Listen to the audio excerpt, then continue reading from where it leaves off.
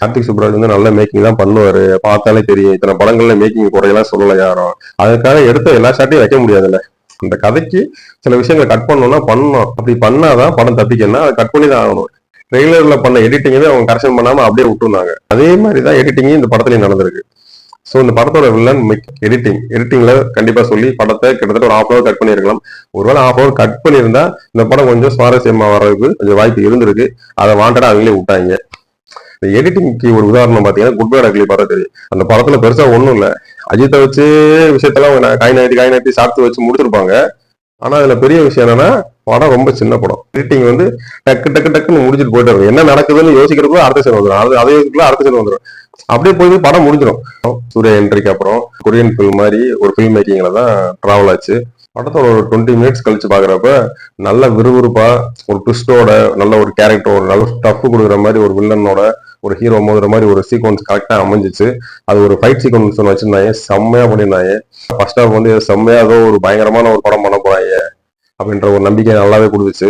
படத்தோட 20 நிமிஷம் வர அந்த ஃபைட்டு, அந்த சம்பவங்கள்லாம் பாக்குற எல்லாருக்குமே கண்டா கண்டிப்பா உங்களுக்கும் கனெக்ட் ஆகும். நல்லா இருந்துச்சு மேக்கிங். ஃபர்ஸ்ட் ஹாஃப் பொறுத்த வரைக்குமே எந்த ஒரு இடத்துலயுமே சூர்யா படமாவே தெரியல. ஏன்னா கார்த்திக் சுப்ராஜ் வந்து அழகா ஒரு சீரியஸான ஒரு கேங்ஸ்டர் படத்தை அழகா ஒரு நாட்டு வச்சு அழகா மூவ் பண்ணிட்டே போயிருந்தாரு. அதுல லவ், எமோஷனல், அதுக்குள்ள துரோகங்கள், ஹீரோவை சமாளிக்க முடியாம எதிரி தந்தது மாதிரி பயங்கரமான ஒரு நல்ல தெளிவான ஸ்கிரீன் பிளே எல்லாம் பண்ணியிருந்தாங்க. நல்லா இருக்கும். ஃபர்ஸ்ட் 10 நிமிஷத்துக்குள்ள வர ஒரு ஃபைட் வந்து ஒரு சின்ன பையன் பண்ணியிருப்பான். சூர்யா ஃபைட்டோட அந்த பையன் ஃபைட்டு பயங்கர தாறுமாறா இருந்துச்சு. சரி, ஓகே, ஃபர்ஸ்ட் ஹாஃபே இந்த அளவுக்கு இருக்கு, செகண்ட் ஹாஃப் வந்து பிடிச்சி மேய போறாங்கன்னு தான் பார்த்துட்டு இருந்தோம்.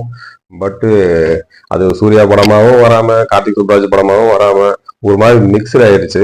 அது என்ன விஷயம்னா ஒரே ஒரு காரணம் தான் எனக்கு தெரிஞ்சு, லென்த்.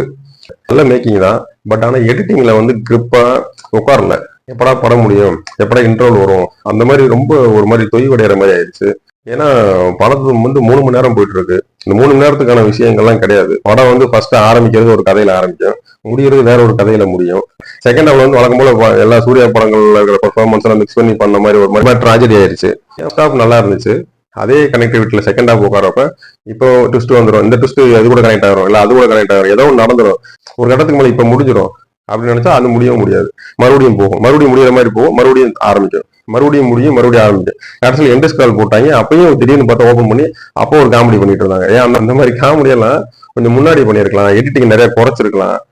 இது ஒரு ஸ்கல்ப் மூவியா வர மாதிரி ஒரு மேட்டர் தான் ஃபர்ஸ்ட் ஹாஃப்ல இருந்துச்சு. ஸோ அப்படிதான் ராவான ஒரு படமா வரப்போகுதுன்னு நினைச்சிட்டு இருக்கிறப்ப செகண்ட் ஹாஃப் மொத்தமா அதை காலி பண்ணிருச்சு.